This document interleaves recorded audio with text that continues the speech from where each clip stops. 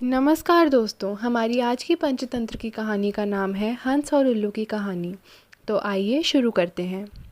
जंगल में नदी के किनारे एक हंस रहता था। खाते पीते खेलते मस्ती करते उसका जीवन आनंद से बीत रहा था। एक दिन एक उल्लू उड़ता उड़ता उस जंगल में आ पहुंचा।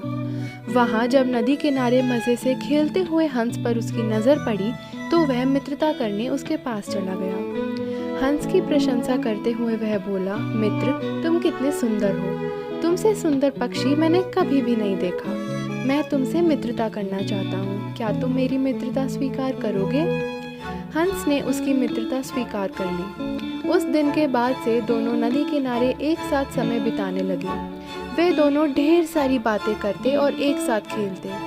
हंस उल्लू को मित्र के रूप में पाकर बहुत खुश था। उल्लू भी बहुत खुश था। किंतु कुछ दिन बीतने के बाद उसे अपनी पुरानी जगह और मित्र याद आने लगे। एक दिन वह हंस से बोला, मित्र, मुझे यहाँ रहते हुए बहुत दिन हो चुके हैं। अब मुझे अपने घर और मित्रों की याद आ रही है। मैं अपने घर वापस जा रहा हूँ। क्या तुम मेरे साथ चलोगे? उल्लू के जाने की बात सुनकर हंस दुखी जरूर था, किंतु वह अपना घर छोड़कर नहीं जाना चाहता था।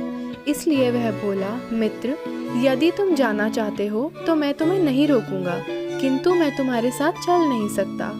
गर्मी में जब ये नदी सूखने लगेगी तो मैं तुम्हारे पास रहने आ जाऊंगा।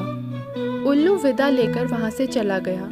गर्मी का मौसम आया और नदी का पानी सूखने लगा।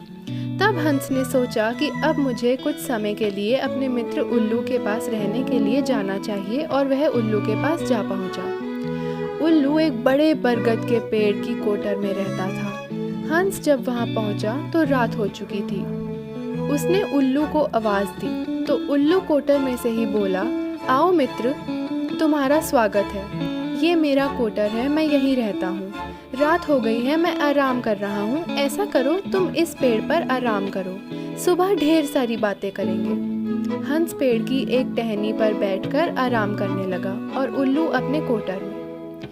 रात में शिकारियों का एक दल उस जंगल से गुजरा और रात गुजरने के लिए उसी बरगद के पेड़ के नीचे रुक गया। जब सुबह हुई तो सूर्य की उपासना करने के लिए वह मंत्रोच्चार करने लगे। उनका मंत्रोच्चार सुनकर उल्लू जोर से चीखा।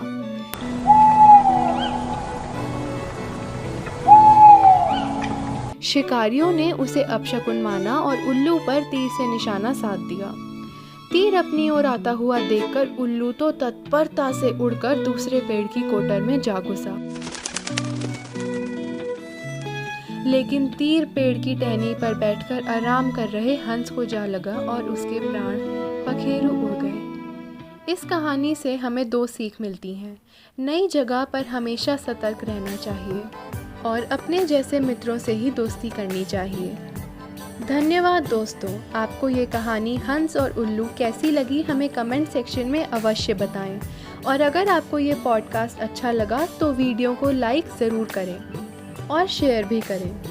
पंचतंत्र की अन्य कहानियाँ सुनने के लिए सीरीज़ से जुड़े रहें। मिलते हैं अगली कहानी में। धन्यवाद।